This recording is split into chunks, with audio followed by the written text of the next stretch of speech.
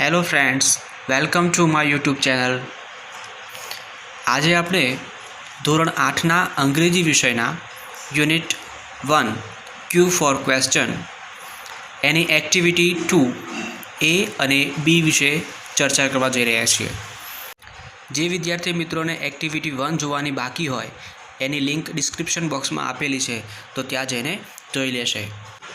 જે મિત્રોએ ચેનલને હજી સુધી સબસ્ક્રાઈબ નથી કરી એ મિત્રો પ્લીઝ ચેનલને સબસ્ક્રાઈબ કરો, જેથી કરીને નવા વિડીયોની અપડેટ તમને મળતી રહે. ચાલો વિડીયોની શરૂઆત કરીએ. Activity 2A. એક્ટિવિટી 2Aની અંદર એક સેન્ટેન્સ આપેલું છે અને સેન્ટેન્સના નીચે 3 ઓપ્શન આપેલા છે. ત્રણેય ઓપ્શનની અંદર 3 ક્વેશ્ચન આપેલા છે. હવે એ જે ક્વેશ્ચન આપેલા છે એનો જવાબ ઉપરના સેન્ટેન્સમાંથી મળે છે કે કેમ એ તમારે જોવાનું છે. જો મળતો હોય તો એ સેન્ટેન્સની મતલબ કે ક્વેશ્ચનની સામે તમારે ટીક આપવાનું છે. પણ એનો જવાબ તમે મેળવો એના પહેલાં તમને જે શબ્દથી પ્રશ્ન પૂછવામાં આવ્યો છે એ શબ્દનો અર્થ ખબર હોવી જરૂરી છે. જેમ કે અહીંયા તમારી સામે એક કોષ્ટક આપેલું છે, WHO, what, when, where, why, how many અને હાઉ મચ. આ શબ્દોના અર્થ તમને ખબર હોવી જરૂરી છે, એના વિશે તમે જાણતા હોવા જોઈએ. તો અહીંયા પહેલો શબ્દ છે WHO. તો હુથી પ્રશ્ન પૂછો તો તમને જે તે વ્યક્તિનું નામ અથવા વસ્તુ કંઈક કે XYZ પ્રાણી પક્ષી એ જીવજંતુનું નામ મળે, મતલબ કે કરતા મળે. હુથી પ્રશ્ન પૂછો તો તમને કરતા મળશે અથવા કોઈ નામ મળશે. પછી બીજો શબ્દ છે વોટ. વોટથી પ્રશ્ન પૂછો તો તમને શું એવું પ્રશ્ન કરે છે, તો તમને કંઈક વસ્તુનું નામ મળશે. વેનથી પ્રશ્ન પૂછવામાં આવે ત્યારે તમને સમય, દિવસ કે વર્ષ કે મહિનો એવો કાળ મળશે. વેરથી પ્રશ્ન પૂછવામાં આવે તો કોઈ જગ્યાનું નામ મળશે. વાય, શા માટે એવો પ્રશ્ન પૂછવામાં આવે, વાયથી પ્રશ્ન પૂછવામાં આવે તો એનું કારણ અથવા હેતુ મળશે. હાઉ મેનીથી પ્રશ્ન પૂછવામાં આવે તો કેટલા, કેટલી, કેટલું, કેટલો એમ ગણી શકાય તેવી વસ્તુ માટે વપરાશે.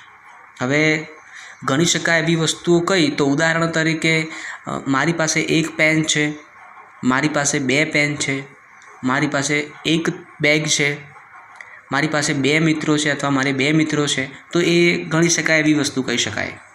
અને હાઉ મચથી પ્રશ્ન પૂછવામાં આવે તો ગણી શકાય ન હોય તેવી વસ્તુ જે જથ્થાના રૂપે હોય, જેમ કે પાણી છે, કોઈ બીજી કોઈ પ્રવાહી વસ્તુ, દૂધ છે, પેટ્રોલ ડીઝલ છે, એવી કોઈ વસ્તુઓ હોય તો એના માટે હાઉ મચ શબ્દ વપરાશે. તો ચાલો આગળના પ્રશ્નની શરૂઆત કરીએ. Read the sentences carefully, read the questions and mark tick for all the questions that are answered in the statements. આપેલા વાક્યોમાં જે પ્રશ્નોના જવાબ મળતા હોય તેની સામે ખરાની નિશાની કરો. હવે અહીંયા વાક્ય આપેલું છે અને એના નીચે 3 પ્રશ્નો છે, તો 3 પ્રશ્નોના જવાબ વાક્યમાં મળે છે. જો જે પ્રશ્નોનો જવાબ વાક્યમાં મળતો હોય એ વાક્યની સામે, એ પ્રશ્નની સામે તમારે ટીક માર્ક આપવાનું છે. તો અહીંયા પહેલો પ્રશ્ન છે, Sunita Williams stayed in the space for 36 days. Sunita Williams 36 દિવસ અવકાશમાં રોકાઈ. હવે નીચે પ્રશ્ન છે, વેર ડીડ શી સ્ટે, તે ક્યાં રોકાઈ હતી. બીજો પ્રશ્ન છે, who stayed in the space, કોણ અવકાશમાં રોકાયું હતું. ત્રીજો પ્રશ્ન, for how many days did she stay in the space, કેટલા દિવસ સુધી એની સ્પેસમાં રોકાઈ હતી. તો અહીંયા પહેલો પ્રશ્ન જુઓ, વેર ડીડ શી સ્ટે, તો વેર એટલે ક્યાં, તો ક્યાં માટેનો તમને જવાબ કદાચ મળી જશે ઉપરના વાક્યમાં, ઇન ધ સ્પેસ. તો પહેલું વાક્ય જે છે એમાં પણ આપણે ટીક માર્ક કરીશું, કેમ કે એનો જવાબ વાક્યમાંથી મળે છે, તો એમાં ટીક માર્ક આવશે. બી, હુ સ્ટેડ ઇન ધ સ્પેસ, કોણ સ્પેસમાં રોકાયું હતું, તો સુનિતા વિલિયમ્સ, તો એનો જવાબ પણ મળે છે આપણને, તો એ પણ આપણો ટીક માર્ક આવશે. For how many days did she stay in the space, કેટલા દિવસ એ સ્પેસમાં રોકાઈ હતી?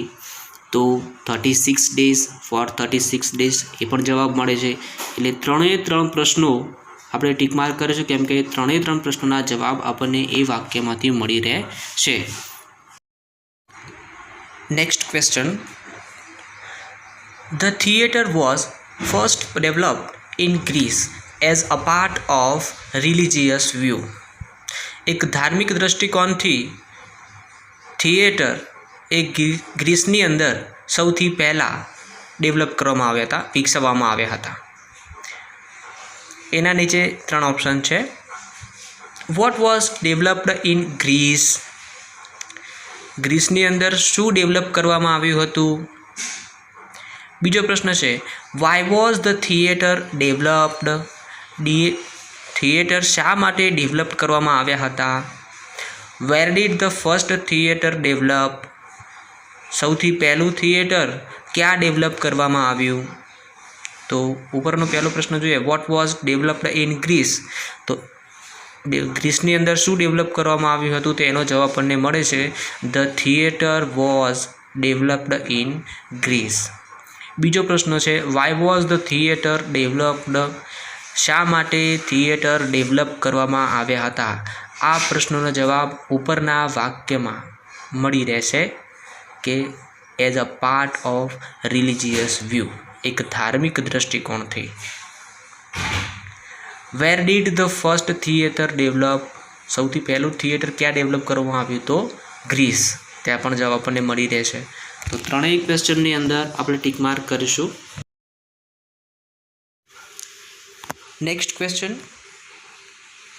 The first newspaper advertisement appeared on the back page of a London newspaper in 1625. સૌથી પહેલી ન્યૂઝપેપર એડવર્ટાઇઝમેન્ટ એટલે સમાચારમાં જાહેરાત અપિયર્ડ એટલે પ્રસિદ્ધ થઈ હતી, દેખાઈ હતી, ઓન ધ બેક પેજ પાછળના page of a London newspaper, London ન્યૂઝપેપરના પાછળના પેજ પર ઇન 1625 1625માં. તો 1625માં સૌથી પહેલી સમાચારપત્રની જાહેરાત લંડન ન્યૂઝપેપરના પાછળના પેજ પર જોવા મળી હતી. તો આના પરથી હવે નીચે 3 પ્રશ્નો આપેલા છે, તો એનો જવાબ આ વાક્યમાં મળે છે કે કેમ એ જોઈએ. પહેલો પ્રશ્ન છે, when did the first newspaper advertisement appear? સૌથી પહેલી ન્યૂઝપેપર એડવર્ટાઇઝમેન્ટ ક્યારે દેખાઈ હતી? તો ઉપરના વાક્યમાં આપણને જવાબ મળે છે તો ઇન 1625 1625માં. તો આ પ્રશ્ન એના બનશે પ્રશ્ન. તો પહેલા પ્રશ્ન પર આપણે ટીક કરીશું એ ઉપર. B, who gave the first advertisement in 1625? 1625માં સૌથી પહેલી એડવર્ટાઇઝમેન્ટ કોણે આપી હતી? તો લંડન ન્યૂઝ પેપર. તો એ પણ જવાબ મળશે આપણને. Where did advertisement appeared in London newspaper? આપણને લંડન ન્યૂઝપેપરમાં કઈ જગ્યાએ એડવર્ટાઇઝમેન્ટ જોવા મળી હતી? તો ત્યાં આપણને જોવા મળે છે on the back page of London news paper. તો એ પણ મતલબ કે 3 પ્રશ્નોના જવાબ આપણને વાક્યમાંથી મળી રહે છે. તો આપણે 3 પ્રશ્નોને ટીક માર્ક આપીશું. નેક્સ્ટ ક્વેશ્ચન જોઈએ. Kiran Bedi is the first woman IPS officer of India. એના માટેનો પ્રશ્ન છે, who is the first woman IPS officer of India? તો આપણને જે છે ઉપરના વાક્યમાંથી જવાબ મળી રહે છે કે Kiran Bedi is the first woman IPS officer of India. B, what is Kiran Bedi? Kiran Bedi શું છે? તો એનો પણ આપણને જવાબ ઉપરના વાક્યમાંથી મળે છે કે Kiran Bedi is the first woman IPS officer of India. તો the first woman IPS officer of India એ બીજા પ્રશ્નનો જવાબ છે, એટલે બીને પણ આપણે ટીક કરીશું. When was Kiran Bedi selected as an IPS officer? Kiran Bedi ક્યારે IPS ઓફિસર તરીકે સિલેક્ટ થયા?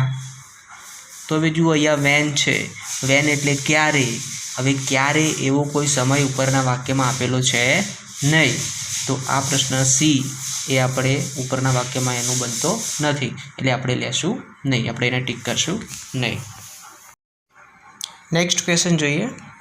મહાત્મા Gandhi was born in Porbandar on 2 October 1869.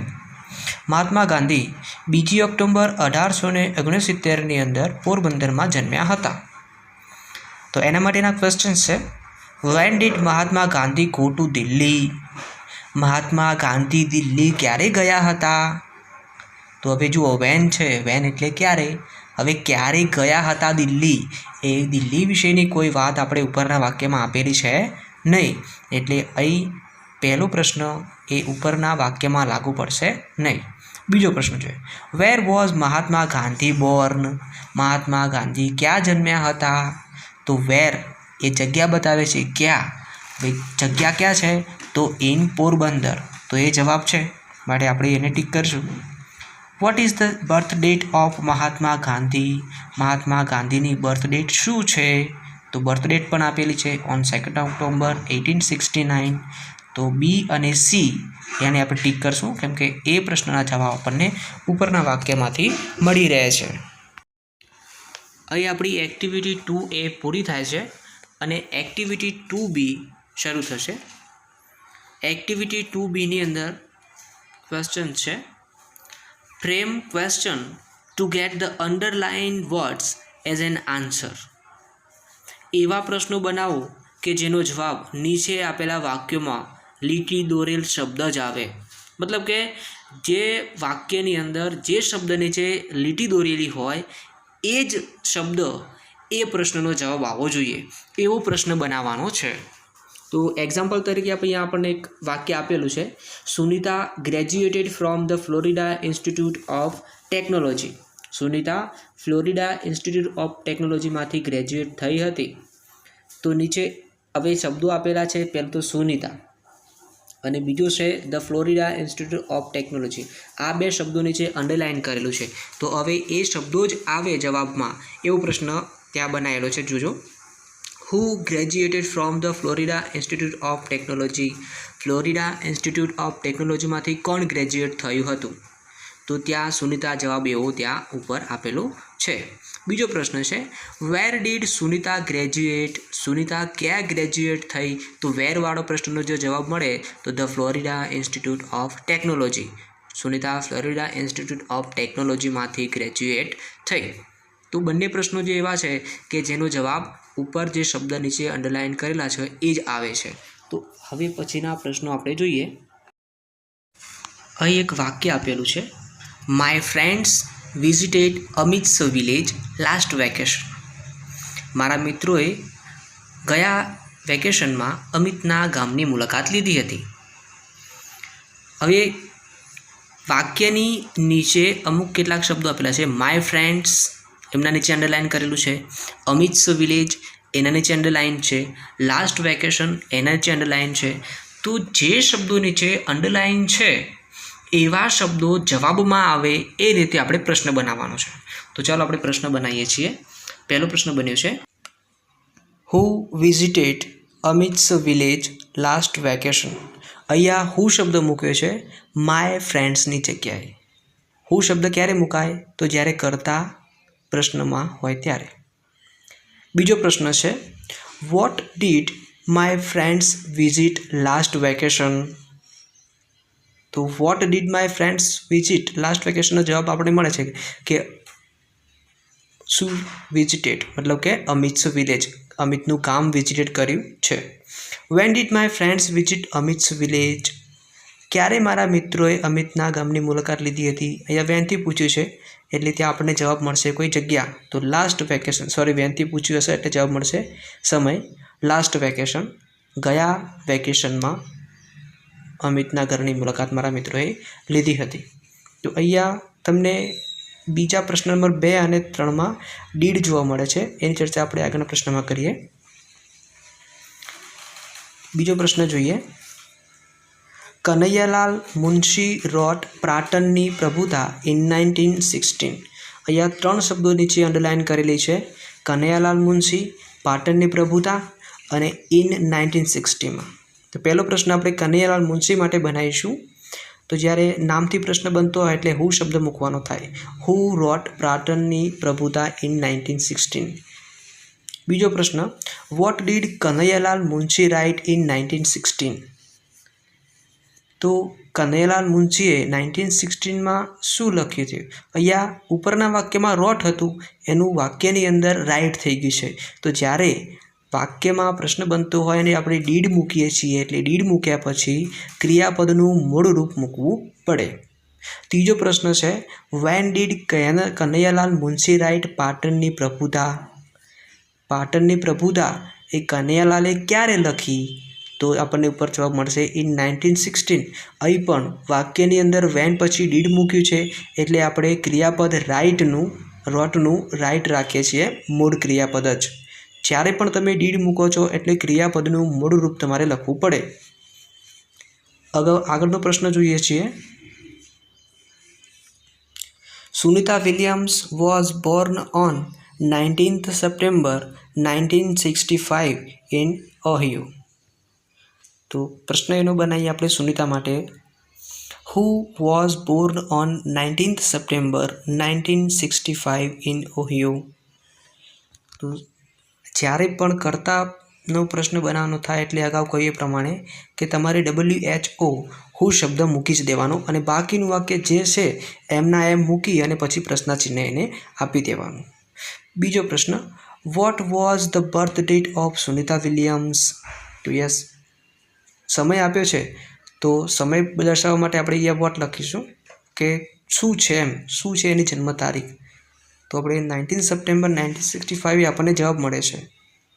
અહીંયા તમે કહેશો કે સાહેબ ઉપરના વાક્યો જે અગાઉના હતા પ્રશ્ન નંબર 2 અને 1માં એમાં વોટ પછી ડીડ લખ્યું, વેર પછી ડીડ લખ્યું, તો અહીંયા વોઝ કેમ?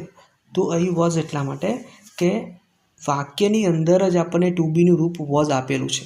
જો વાક્યની અંદર ટુ બીનું રૂપ ના આપેલું હોય અને ક્રિયાપદ આપેલું હોય તો આપણે ડીડ મૂકવાનું થાય. ત્રીજો પ્રશ્ન, where was Sunita Williams Born. તો એનો પણ જવાબ આપણને ઉપર મળી રહ્યો છે કે ઇન ઓહિયો. એટલે આપણે વેર વોઝ શબ્દ મૂકી અને ત્યાં પ્રશ્ન બનાવેલો છે. અહીંયા પણ આપણે વોઝ જ મૂક્યું છે, ડીડ મૂક્યું નથી, કેમ કે વાક્યની અંદર આપણને સુનિતા વિલિયમ્સ પછી વોઝ એવું ટુ બીનું રૂપ આપ્યું છે, ત્યાં સીધું ક્રિયાપદ આપેલું છે નહીં, માટે આપણે એને ડીડ મૂકતા નથી અને વોઝ મૂકીએ છીએ. નેક્સ્ટ ક્વેશ્ચન જોઈએ. Question number 4.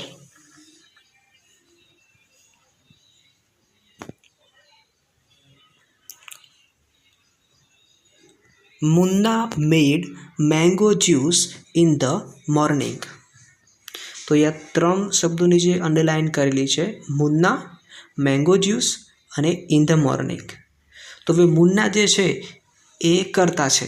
તો અગાઉ કહ્યું પ્રમાણે કે તમારે જ્યારે કર્તાથી પ્રશ્ન બનાવવાનો થાય એટલે WHO શબ્દ મૂકી જ દેવાનો અને બાકીનું સેન્ટેન્સ એમના એમ લખી દેવાનું. તો પહેલો પ્રશ્ન આપણે બનાવ્યો છે, who made mango juice in the morning. સવારે મેંગો જ્યુસ કોણે બનાવ્યું હતું? અને જ્યારે હુ મૂકો છો એના પછી આવતું ક્રિયાપદ આપણે ભૂતકાળનું જે છે એમને એમ જ રાખીએ છીએ, એને મૂળ રૂપમાં લખતા નથી.